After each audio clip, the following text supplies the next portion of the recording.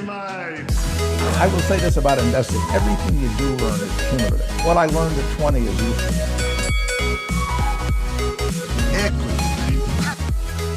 Welcome to another episode of Equity Mates, a podcast that follows our journey of investing. Whether you're an absolute beginner or approaching Warren Buffett status, our aim is to help break down your barriers from beginning to dividend. My name is Bryce, and as always, I'm joined by my equity buddy, Ren. How are you going? I'm very good, Bryce. Great to be back with you for another Monday episode. Yes. I'm very excited to talk a variety of things. Yes, we had a big week last week of renewable conversation. Mary Manning did a deep dive on the solar industry. So we're back today with conversations around SPAC City. We're going to have a look at what's going on in venture capital. And then, Ren, you're going to pitch the Berkshire Hathaway of software. Yeah. Wow. I know. That's big. It's a big call. It is a big call, but very much looking forward to that. So big episode of EM Chat today. Before we get stuck in, though, bit of housekeeping. Journalist. Yeah, we are on the hunt for another team member to join the Equity Mates family here. Yeah. We've got a show that we want to create in-house, and to do that, we're looking for one of Australia's best journalists or financial writers. So if that's you, or if that's someone you know, or if that's someone you could be, hit us up, careers@equitymates.com. Passion for markets is more important than experience, and the ability experience to also helps. But yeah, hit us up. It's we're pretty excited about this show. It's been on our pipeline for a while, and we've never quite had the ability to execute on it. But we think now's the right time. So come join us if you're intrigued. It is a full-time role. We're looking for people who are passionate about markets and can write really, really well. Yeah, that's it. That's careers@equitymates.com.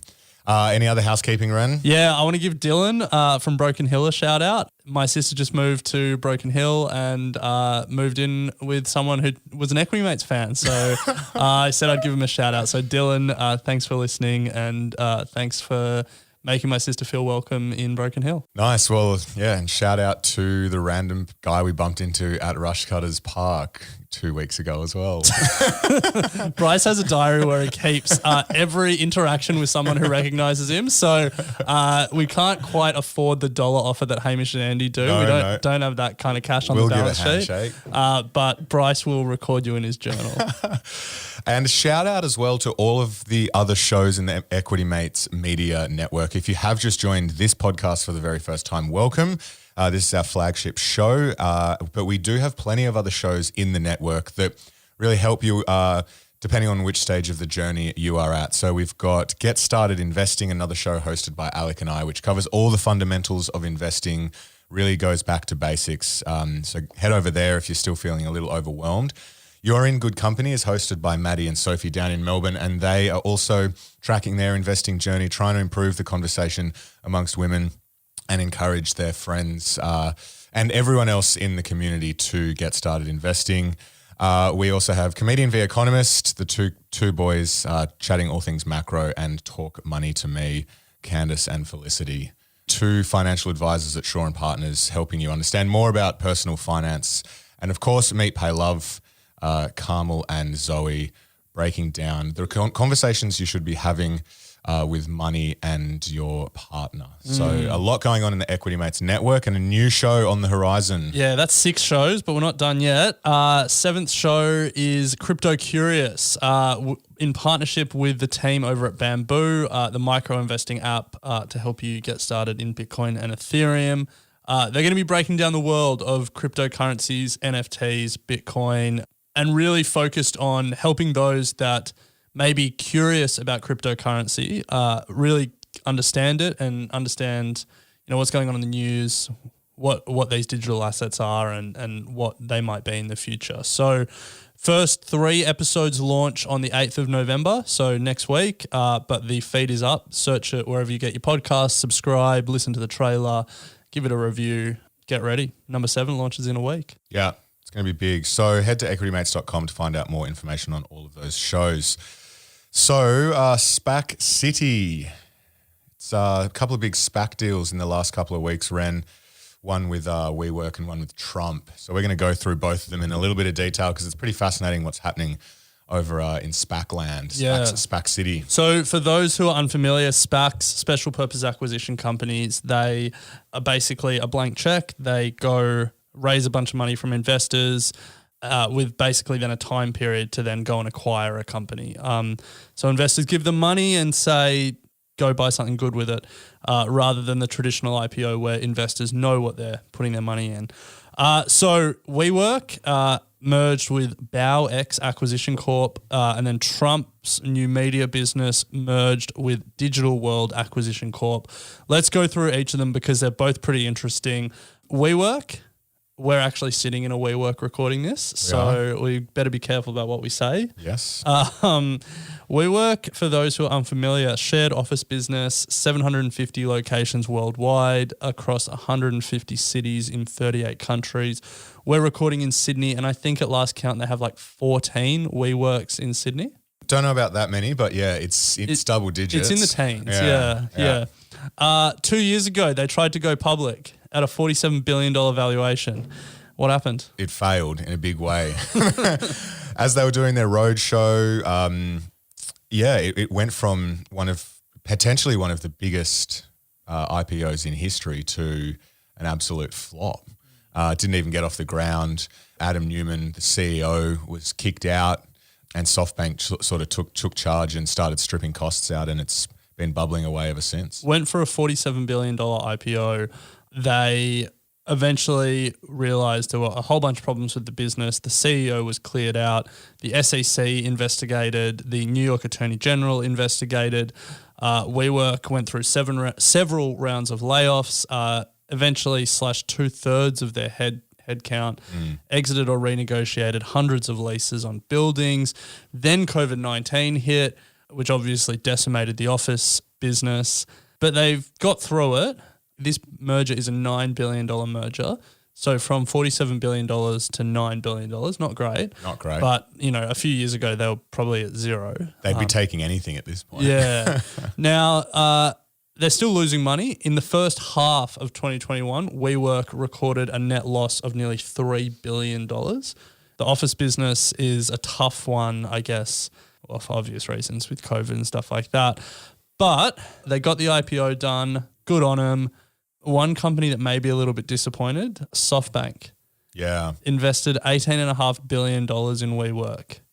And now the whole company's only worth $9 billion. So there's a bit of a long way to run for WeWork, for SoftBank to at least make their money back, that's for sure. We're starting to see it turn here in Sydney anyway, in the office that we're in. Certainly a few more people coming back. So you never know. The fortunes could be turning for WeWork. It's certainly not the glory days that it was. I read that Newman, though, he still holds stock, and the stock that he has are now worth a couple of billion or $1 billion at least. So he'll be cheering. They say invest in what you know. Are you investing? No. Yeah, neither. No, sorry, WeWork.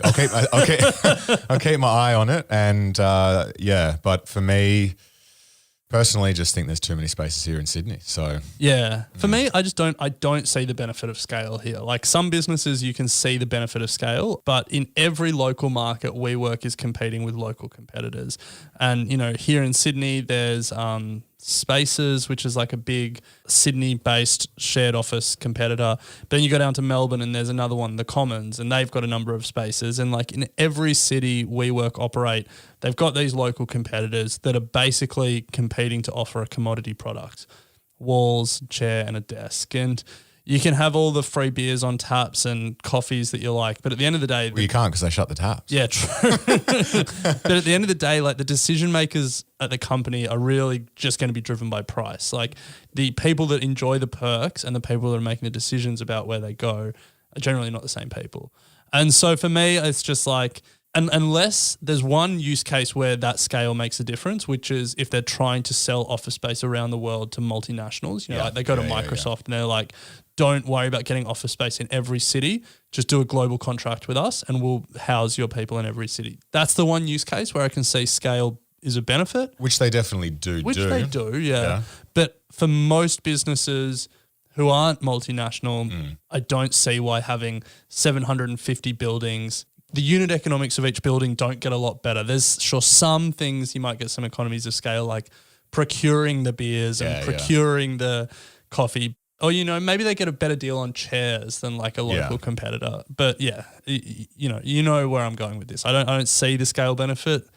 So for me, I'll use the space, but I won't invest in it. No.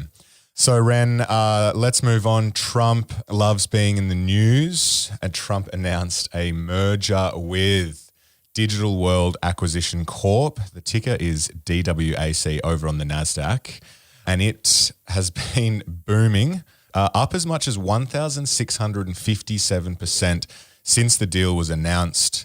So what's going on? Yeah. Trump loves being in the news so much that he's making a news business. Yes.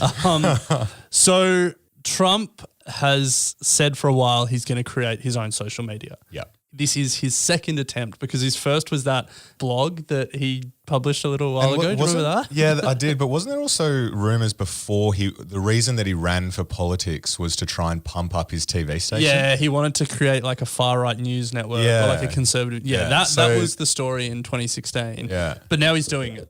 It's called Trump Media and Technology Group, and on the basis of a 22-slide deck, Trump has created about $3 billion worth of value, which is pretty crazy when you think about it. So just to recap that, it doesn't exist. No. Yeah. No, it doesn't exist. It's a merger with an idea. Yeah.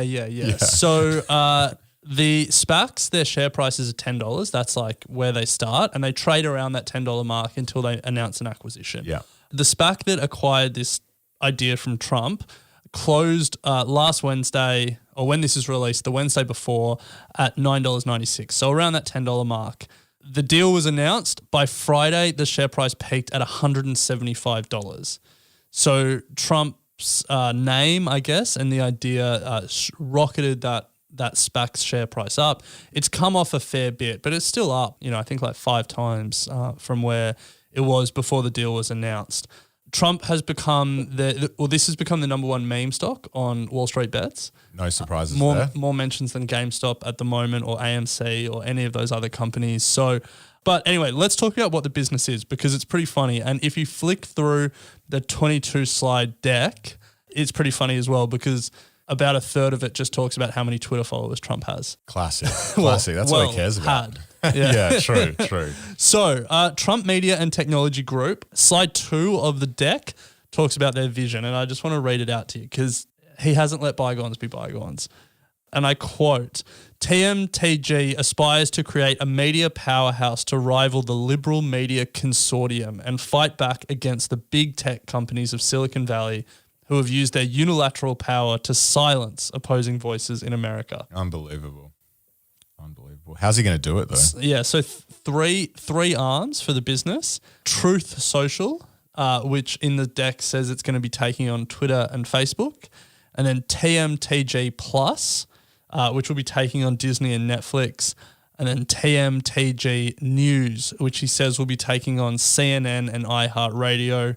Then he mentions longer term, they will build TMTG Tech Stack, which will take on Amazon Web Services, Right. Microsoft Azure, Google Cloud, and Stripe. Yeah, good luck. So I think combined, I haven't done the maths, but combined, those 10 companies they've listed that they're taking on are probably worth about $3 trillion. Yeah, well, they're literally the top 10 biggest some of the top 10 biggest tech companies in the world. Nice, Trump. Love the ambition. Doubt it's going to get off the ground. Well, it could get off the ground. Whether or not it's as successful as they think it is going to be, that's the next question. There's so many ironies in this. And Thomas and Adam over at Comedian v Economist did a good segment on this. So if you want to hear more about Trump's media business, go check that out.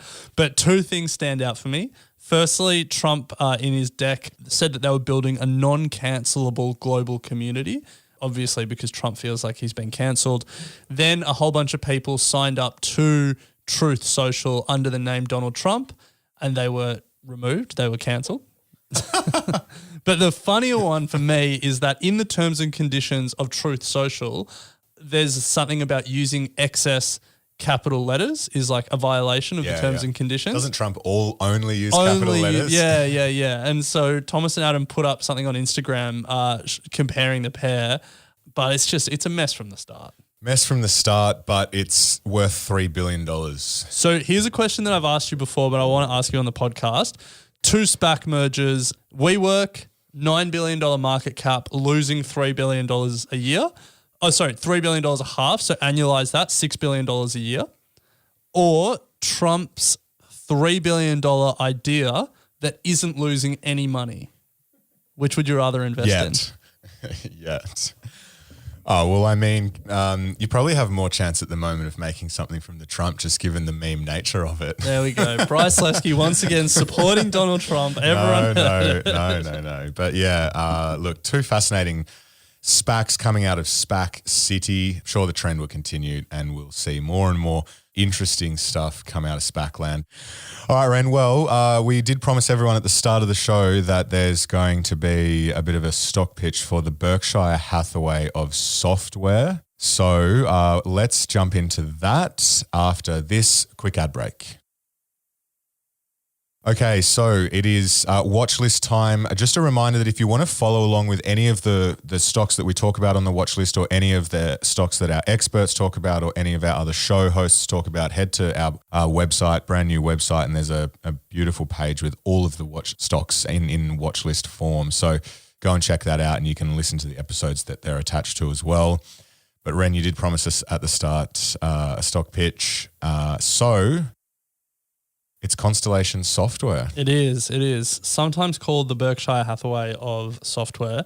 I want to state from the outset that this obviously is not buy, hold or sell advice. Don't take financial advice from a podcast, but also that it trades at a PE of 100.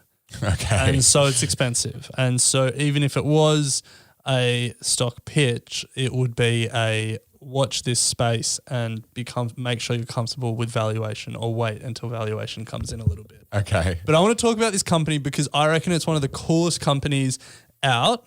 It flies under a lot of people's radar. I asked you before we started recording if you'd heard of it, and you hadn't. And so I think a lot of people in the Equity Mates community probably haven't, and it's worth knowing about. But I also want to bring it up because this is the new campaign that I'm starting. Yeah. It's called Give Me Canada. Okay. And essentially none of the brokers that I use, and I'm going to name check them all, ComSec, IG, Stake, Superhero, none of them give me access to Canada. All of them give me access to America. It's like, it's just over the border. It's the same landmass, just added on. Yeah, I'm surprised IG doesn't. Same.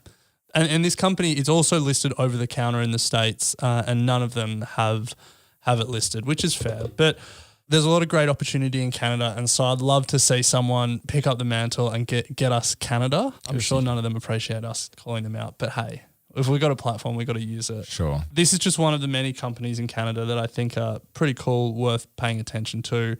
Let me give you the founding story. Let me take you back to the 90s. Mark Leonard was a venture capitalist. He was investing in software businesses, and one of the key reasons that software businesses weren't getting investments was because of a small total addressable market.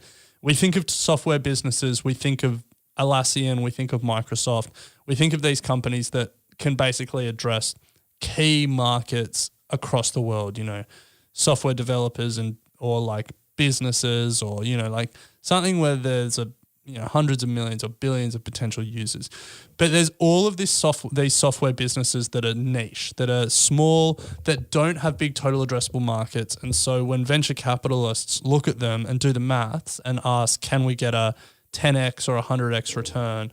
The answer is no. So then they're not investable from traditional venture capital, but they're great businesses. They create a whole bunch of cash. And so Mark Leonard, I think he started by raising 25 million Canadian dollars and said, let's roll them up. Roll it up. So the focus was vertical market software is the term of art here, but it basically is companies that create software for a particular industry or market, as opposed to creating software usable for a wide variety of markets. So these are these really niche, small operators. But the important thing here is that they're mission critical businesses. So they're things that industries rely on. They're software platforms that industries rely on. When businesses rely on you, you've got stable earnings that you can grow over time, but you may never get to that sort of multi-billion dollar venture capital exit size. So Constellation has acquired over 500 businesses, and I think that number's out of date. I think it's a lot higher. The majority of the acquisitions are relatively small, less than sort of 5 million, although they've scaled up. I think the highest was about 360 million. There was another for about 250 million, but a lot of them are very small. So I've got a few examples of the businesses to give you an idea of what we're talking about when we say these sort of mission critical vertical market software businesses. So I'll rip through a few to give you a taste. Sure. Envisionware is a provider of technology solutions for public libraries. Nice. They have a rich history of providing self-service and efficiency solutions that enhance library services and empower patrons. Library software. Small TAM. Small town. Sphere WMS is a leading cloud-based warehouse management system for third-party logistics, distributors, fulfillment, e-commerce, and retail warehouses. Okay. I mean, warehouses, not small business, Yeah, seems but still larger than libraries. But still, not a global. Oh, you know what? Global. It's pretty global. Yeah. All right. What about this one? Incom SAS is a French provider of business software solutions for water and energy distributors. Okay. Plenty of them around. Plenty of them around, but again, niche. Niche. Like, don't get me wrong. These can still be Massive. big Yeah, businesses. They're just niche. What about this one? Asset Intertech is a leading provider of solutions to validate, characterize, test, and debug chips and circuit boards. Niche.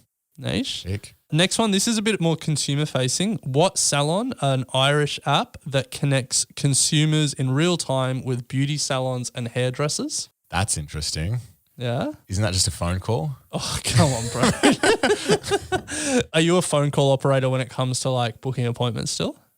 Yeah. I called a restaurant 2 days ago. Oh, really? Yeah. You know they've got like websites for that now. It said call. Okay. Yeah. Well, it must be the And I did. And the fancy restaurants that you're going to. It was a pretty fancy one, yeah. And, Must be nice. and they're not open because there's not enough staff. Really? Yeah, because of COVID. No one's coming back to work. Well, there's a labor shortage There you in go. hospitality. Anyway, they need an app to connect me with them. All right. So some other software platforms. Common Sense, a leading provider of room service automation. CGG, a geo software platform for geologists to, and I quote, unleash the full power of cloud computing. So there's a bunch more like this. Infinity Enterprise Lending provides category-leading loan management to alternative credit lenders.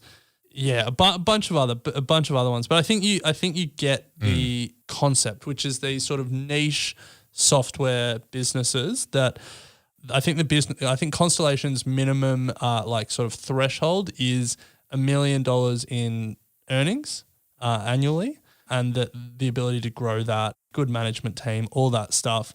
And then they take a pretty decentralized approach to it. So they acquire these businesses and then they say, run your business. And I think sometimes they will buy businesses that compete with each other. And it's that Berkshire Hathaway fully decentralized idea of we'll give you help if you need it, but otherwise You do you. you do you. So that's the business model. That's why they're called the Berkshire Hathaway of software, because it's a software roll-up. And roll-ups have a bit of a fraught history when it comes to the share market. There have been some roll-ups that have been incredibly successful and others that have not been successful at all. And they've sort of grown by acquisition, and then the market's realized it's this Frankenstein of businesses that don't really work together. In this case, it seems to have worked. Here's some of the numbers. So the company listed in 2006. Since then, the share price is up 11,381%. Wow. On an annualized basis, compound annual growth rate of 36%. Wow. Yeah, since 2006. Wow. So for 15 years. $38 billion market cap Okay. today. Pretty Not big. bad. Yeah. Pretty big.